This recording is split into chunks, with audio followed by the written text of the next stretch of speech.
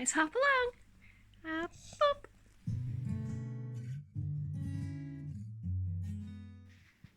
Hey ho, I'm Rachel. This is Missy. We're Miss Daisy Sewing, and today is the start of the birthday season. And we're going to speed run a birthday bunny quilt. I've got these really cute bunny fabrics. I've got this one you might have seen in my Easter video, and then I've got this sort of bed sheet with like little bunnies, and then a sort of contrasting floral. The reason for the speed run is not because this is an unplanned project. I have had this in the works for months now, hence all of the bunny fabric. But I just totally lost track of time. I'm not gonna lie, like this year is advancing really fast. But I digress. Bunnies. My friend is obsessed with small, cute, furry animals and has two of her own bunnies who have actually featured in the channel. They are the two Rocky and Pebbles, who got their own advent calendar for Christmas. I'm going to dig out some books with some quilting blocks and find something that's going to look really fun and really cute, but shouldn't be difficult to assemble. And yeah, I'll explain the process in a moment. The plan for this one is to keep it simple. I want to do one where it's gonna have those little bunnies fussy cut. So that'll be like the little bunny, and then this will be the sort of corresponding flowers. I've got a light blue and a green I'm going to use for the sort of borders.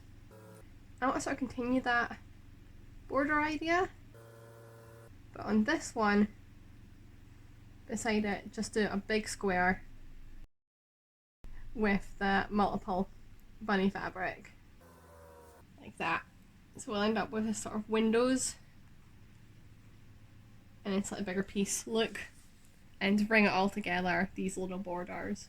As I said, I've already got a blue and a green for the borders, and I'm just gonna play about with placing them side by side to work out which I want to be what.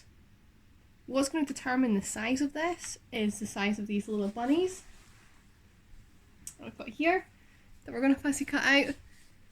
So I'm going to measure these, and obviously add in a sort of seam allowance and things to make these as big as I can, and then that will determine the size of this block, which will then determine the size of that block, and we'll just scale it up from there. So we're going to keep it quite simple. Rough maths put together, the next step was to work out how many of these large squares I could make, as that would dictate the final size of the quilt. So I've got 15 of these, which means I need to make 15 of the window panes. So I will need 30 flowers and 30 bunnies. I don't have any other plans at this moment in time for this fabric, but I am going to try and conserve as much as I can, just so that I'm not being wasteful. Fussy cutting is quite wasteful, so we're just going to do our best to minimise that. I decided to start on the florals first, mostly just to get a quick win, and then it would also allow me to help aid on that fussy cutting. Fussy cutting, whilst being incredibly wasteful, is also really time consuming, so having a square to hand to act as a template was a really good start. So we've got here our bunnies, we've got the flowers, and then we've got our sort of general bigger bunny block. For the sort of panes, well, the sort of struts in between the panes, I'm going to go with this green. I think it complements really nicely, bringing out the greens from these two and this one.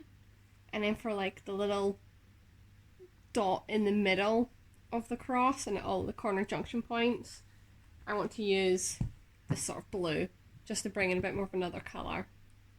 First of all, we're going to make some strips 3 inches wide with this, and then start on some assembly. To save time, I didn't cut the strips of green into that 6-inch length. I actually just chain stitched down a ton of the flowers onto the strips and then cut them at the appropriate lengths afterwards. So this fabric is directional, so I have had to do sort of them on separate sides, so they're all going up, and we have a definite left and right. The next step is going to be adding in the bunnies. So I'm just going to chain stitch all of these and add in a random bunny as I go. And that's our next step. Getting somewhere.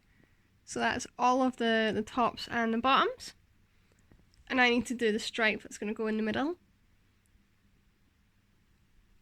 I'm swithering about whether I want to do that blue square or not. I do think it will look nice.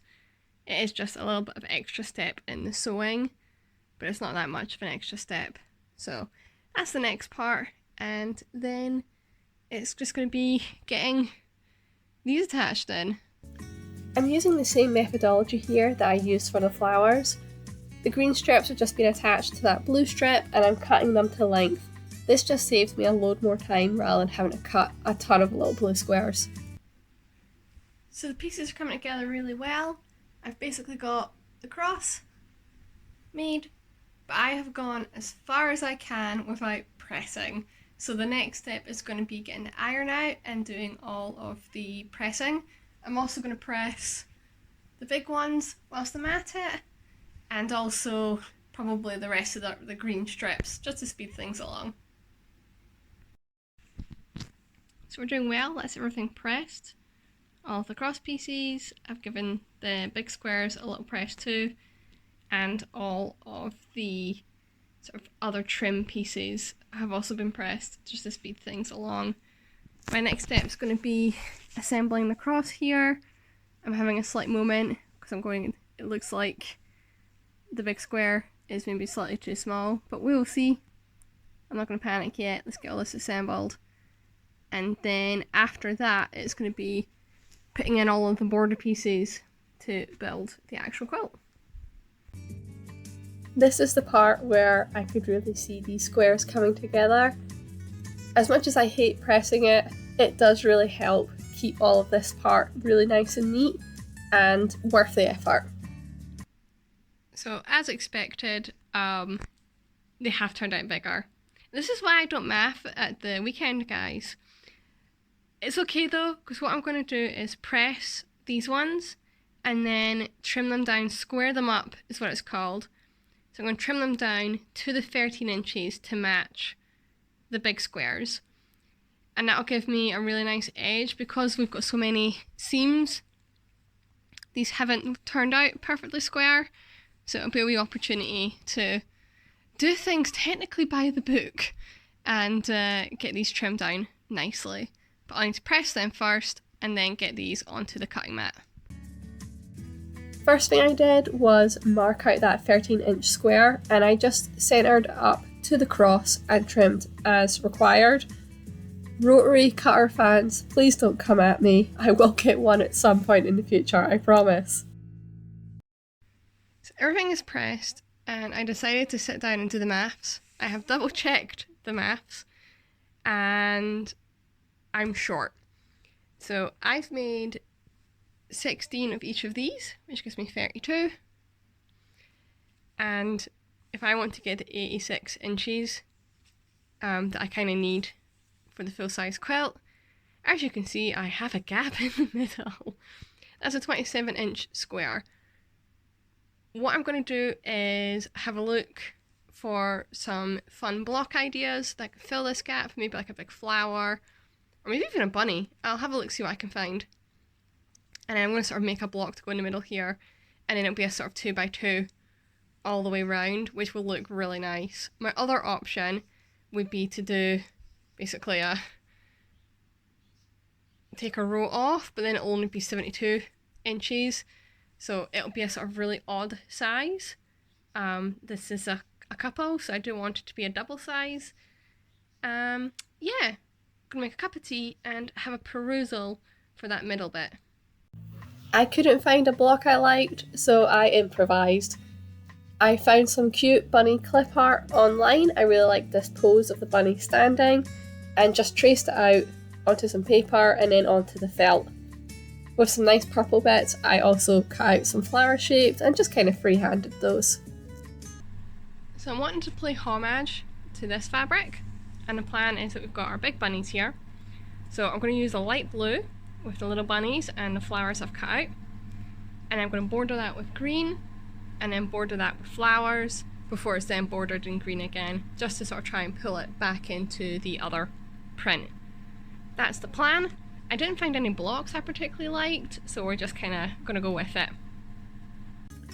There was multiple ways I could have added these felt figures to this panel, but in the end I decided just to do a running stitch just really close to the edges. Felt itself by its nature isn't going to fray, and if it ends up with a sort of weathered, slightly puckery effect, I think that will just add to the blanket over time. There we go, so that's the main square, and then we're going to construct those ones all around it.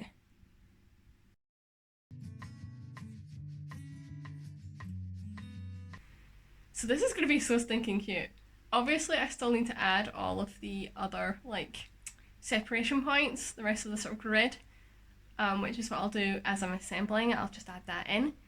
But all in all, really pleased with it. I do think this centerpiece actually really helps tie in the other fabric, the non-sort of flowery fabric. And yeah, really pleased to be getting it all together. So let's just get our heads down.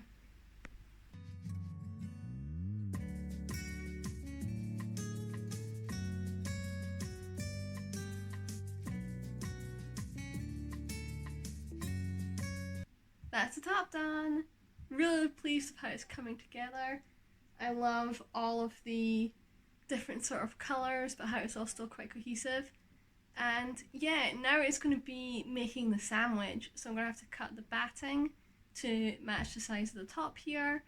And then I've got a big bit of fabric to go on the underside. Like I said, this is a bit of a speed run quilt, so I don't have time for a fancy after quilt or anything. But pleased so far, actually really happy with how it's coming together. I've done a lot of quilts on this channel of late, so I'm going to just speed run through the sandwich process. Top part attached to batting, trim the batting, attach the bottom, and then we're going to sew on that edging. I decided to stitch in the ditch rather than hand sew down the edging, partly to save time, but also this is a technique I really need to practice and just get good at. I really like how all of the colours have come together. That green doing the frame is doing a lot of heavy lifting, and yeah, it's super twee, but I absolutely love it. However, one thing is missing. I have just enough fabric left to do one more thing for this project. As you can see, the embroidery machine was out, and I was making a pillow. Yep, that's right guys, a reserved for the Bunnies pillow. Is this not just perfect? Needless to say, it was very well received. And that's all for this project. So until next time, cheerio.